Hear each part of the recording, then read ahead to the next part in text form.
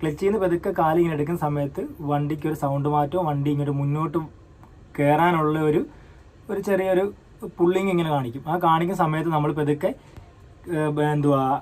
Break ചെയ്യുന്നൊരു കാല് release ചെയ്യുക. ക്ലച്ചിൽ നിന്ന് കാല് ബ്രേക്ക് ചെയ്യുന്നൊരു കാല് റിലീസ് ചെയ്യുക. ബ്രേക്കിൽ നിന്ന് പതുക്കെ എടുക്കുമ്പോൾ വണ്ടി മുന്നോട്ട് ഇങ്ങനെ നീങ്ങാൻ തുടങ്ങും.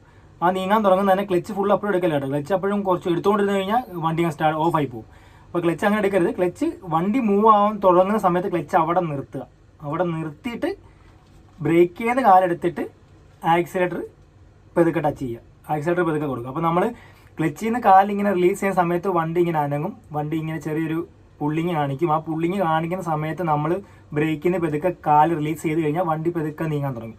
ആ വണ്ടി പതുക്കെ നീങ്ങാൻ തുടങ്ങുന്ന സമയത്ത് ഒരിക്കലും ക്ലച്ചിൽ നിന്ന് കാല് മൊത്തം എടുക്കല്ലേ. മൊത്തം എടുത്തു കഴിഞ്ഞാൽ വണ്ടി ഓഫായി പോകും. അപ്പോൾ ക്ലച്ചിൽ നിന്ന് കാല് മൊത്തം എടുക്കാതെ ക്ലച്ചിൽ നിന്ന് കാല് റിലീസ് ചെയ്യുമ്പോൾ വണ്ടി എപ്പോഴാണോ മുന്നോട്ട് നീങ്ങാൻ തുടങ്ങിയേക്കുന്നത്, അതായത് ക്ലച്ചിൽ നിന്ന് കാല് റിലീസ് ചെയ്യുമ്പോൾ